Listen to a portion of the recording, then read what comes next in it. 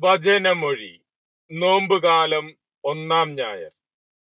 വചനഭാഗം പുറപ്പാട് 34:27-35, യേശയ്യ 58:1-10, എഫേസൂസ് 4:17-24, മത്തായിയുടെ സുവിശേഷം 4:1-11.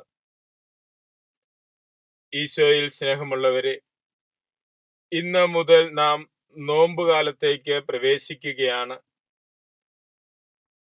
ക്രൈസ്തവ ജീവിതത്തിൽ ആത്മീയ ശാക്തീകരണത്തിന്റെ അവസരമാണ് നോമ്പ് കാലഘട്ടം.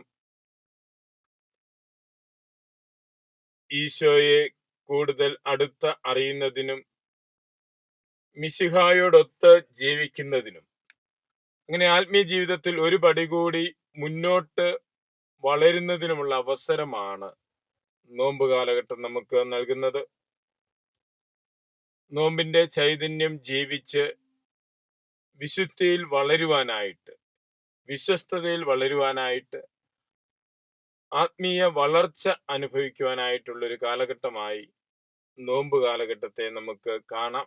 50 നോമ്പ് ഈശോ മിശിഹായുടെ സഹനത്തെയും പീഡകളെയും ധ്യാനിച്ച് മിശിഹായുടെ മഹത്വപൂർണമായ ഉത്ഥാനത്തിന്റെ അനുഭവത്തിലേക്ക് വളരുവാൻ നമ്മെ ക്ഷണിക്കുന്ന ആരാധനാക്രമ കാലഘട്ടമാണ്.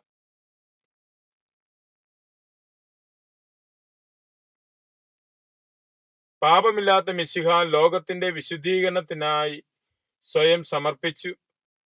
പാപികളും ബലഹീനരുമായ നമ്മൾ നമ്മുടെയും മറ്റുള്ളവരുടെയും വിശുദ്ധീകരണത്തിനും രക്ഷയ്ക്കും വേണ്ടി മിശിഹായുടെ ത്യാഗത്തിന്റെ വഴികളോട് ചേർക്കപ്പെടുന്ന അവസരമാണ് 50 നോമ്പ്.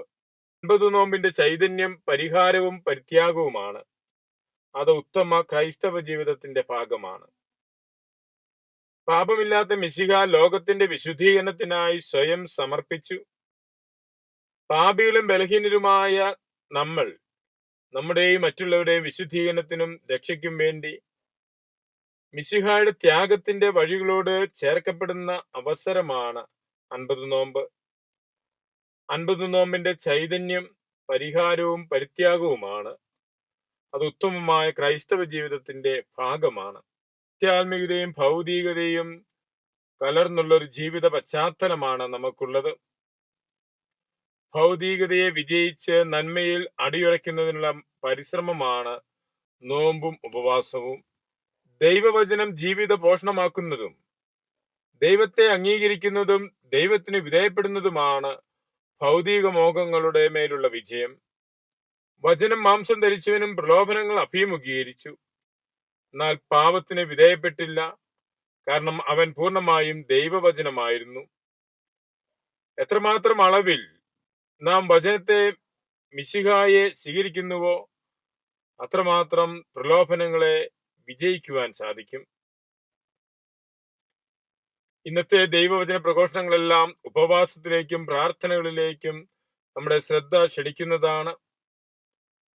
പുറപ്പാട് പുസ്തകത്തിൽ നിന്നും 1-ാമത്തെ പ്രഘോഷണത്തിൽ ശ്രവിക്കുന്നത്, കൽപ്പനകൾ സ്വീകരിക്കുന്നതിന് മുൻപ് 40 ദിനരാത്രങ്ങൾ ഉപവാസവും പ്രാർത്ഥനയുമായി മൂശെ സീനായി മലമുകളിൽ കഴിയുന്നതാണ്. ഉപവസിച്ച് പ്രാർത്ഥിച്ച് ദൈവവചനത്തെ സ്വീകരിച്ച് ആണ് മൂശ മലമുകളിൽ നിന്ന് താഴേക്ക് വരുന്നത്. ദൈവവചനത്തിന്റെ ശക്തി നമ്മിൽ പ്രകടമാകണമെങ്കിൽ അതോടൊപ്പം ഉപവാസവും പ്രാർത്ഥനയും വേണമെന്ന കാര്യം തിരുവചനം ഓർമ്മിപ്പിക്കുന്നു. യേശയ്യാ പ്രവാചകന്റെ പുസ്തകത്തിൽ നിന്നുമുള്ള 2-ാമത്തെ പ്രഘോഷണത്തിൽ ഉപവാസത്തിന്റെയും പ്രാർത്ഥനയുടെയും യഥാർത്ഥ ചൈതന്യം എന്താണ് എന്ന് പ്രവാചകൻ പങ്കുവെക്കുന്നു. ദുഷ്ടതയുടെ മാർഗത്തിൽ നിന്ന് പിന്മാറുന്നതും വിശക്കുന്നവരുമായി ആഹാരം പങ്കുവെക്കുന്നതും നഗ്നനെ ഉടുപ്പിക്കുന്നതും ഭവനരഹിതനെ വീട്ടിൽ ചേർക്കുന്നതുമാണ് യഥാർത്ഥമായ ഉപവാസം. ഉപവാസം എന്നത് ദൈവത്തോടുകൂടി ആയിരിക്കുന്നതും മനുഷ്യനെ നന്മ ചെയ്യുന്നതും തിന്മയുടെ പ്രവൃത്തികൾ ഉപേക്ഷിക്കുന്നതുമാണ് എന്ന് പഴയ നിയമത്തിൽ നിന്നുമുള്ള ദൈവവചന വായനകൾ ഓർമ്മപ്പെടുത്തുന്നു. ഉപവാസത്തിലൂടെയും പ്രാർത്ഥനയിലൂടെയും ദുഷ്ടതയുടെ പ്രവർത്തനങ്ങളിൽ നിന്ന് മാറി മിശിഹായിൽ നിന്ന് ശ്രവിച്ചതനുസരിച്ച് പ്രവർത്തിക്കുവാനാണ് എഫെസോസുകാർക്ക് ലേഖനത്തിലൂടെ പൗലോസ് ശ്ലീഹ പ്രബോധിപ്പിക്കുന്നത്. പഴയ മനുഷ്യനെ ഉരിഞ്ഞുമാറ്റി മിശിഹായെ ധരിക്കുന്നവരായി മാറണം എന്ന് ശ്ലീഹ പഠിപ്പിക്കുന്നു. തിന്മയുടെ ശക്തിയെ പ്രലോഭകനെ എപ്രകാരം പരാജയപ്പെടുത്താം എന്ന കാര്യമാണ് സുവിശേഷത്തിൽ നിന്ന് ശ്രവിക്കുന്നത്. പ്രലോഭകൻ, സാത്താൻ അഥവാ പിശാച് ഒരു ഭയാനകമായ സത്വമല്ല, ആകർഷക വസ്തുവാണ്. ഭൗതിക ആകർഷണങ്ങളാണ്, ആന്തരിക അഭിനിവേശങ്ങളാണ് അവൻ നൽകുന്നത്. സ്വയം സംതൃപ്തിക്ക് വേണ്ടിയും പ്രദർശനത്തിനു വേണ്ടിയും ആധിപത്യത്തിനു വേണ്ടിയും പ്രലോഭനങ്ങൾ നിരന്തരം ഉണ്ടാകും. അവയുടെ പരിത്യജിക്കലാണ് തിന്മയുടെ മേലുള്ള വിജയം. ജീവിതത്തിന്റെ മരുഭൂമി അനുഭവങ്ങളിൽ പിശാച് കടന്നു വരും. അവന്റെ പ്രലോഭനങ്ങൾക്കും കുറവുണ്ടാവുകയില്ല.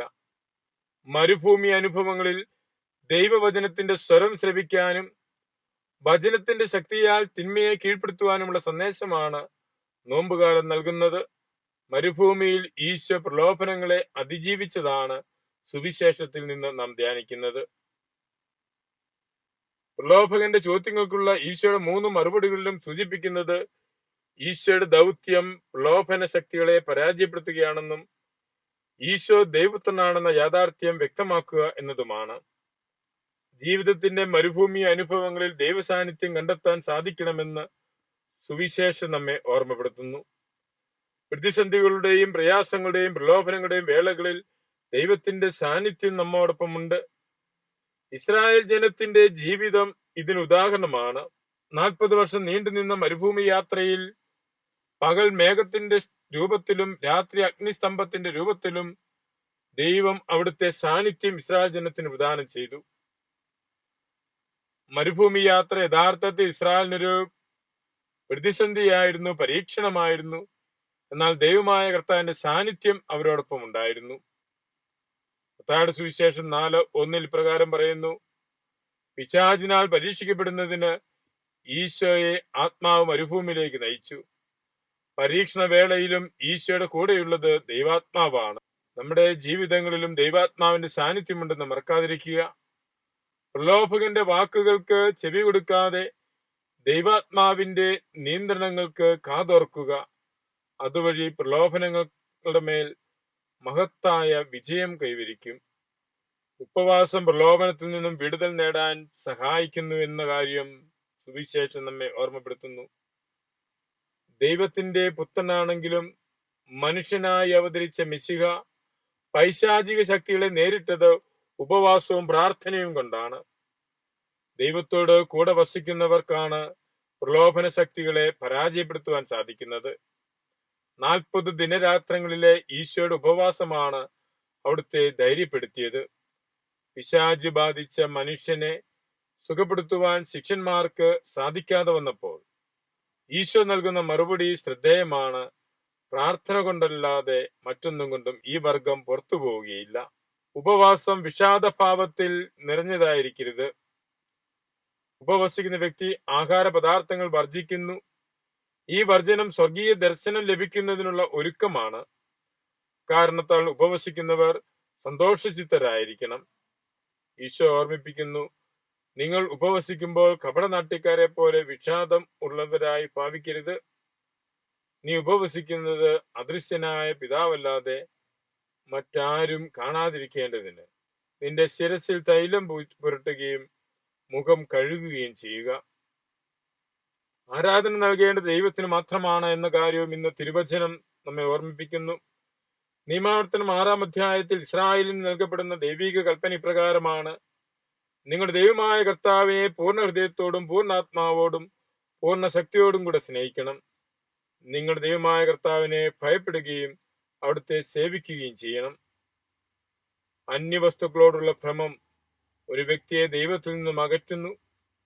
ആ അകൽച്ച വഴി അവൻ ദൈവികമല്ലാത്ത വസ്തുക്കളോട് ആരാധന നടത്തുന്നു. ദൈവത്തെ ത്യജിച്ചുകൊണ്ടുള്ള ജീവിതം ഒരുവന്റെ പതനത്തിന് കാരണമാകും. പൈശാചിക ശക്തി അവന്റെ മേൽ ആധിപത്യം പുലർത്തും. തിന്മകൾക്ക് അടിമപ്പെട്ട് അവൻ നന്മയെ അകറ്റി നിർത്തും. ഈ നോമ്പ് കാലഘട്ടം നമ്മെ ക്ഷണിക്കുന്നത് നമ്മുടെ ജീവിത സാഹചര്യത്തിലെ തിന്മകളെ കണ്ടെത്തുവാനും തിന്മകളെ അകറ്റി നിർത്തി നന്മയിൽ വ്യാപരിച്ച് വിശുദ്ധിയിൽ വളരുന്നതിനുള്ള ഒരു അവസരമാണ് നോമ്പ് കാലഘട്ടം. ഈ നോമ്പ് കാലഘട്ടത്തിന്റെ ചൈതന്യം വിശ്വസ്തയോടെ ജീവിക്കുവാൻ നമുക്ക് ദൈവകൃപ പ്രാർത്ഥിക്കാം. മിശിഹ നമ്മെ അനുഗ്രഹിക്കട്ടെ. ആമേൻ.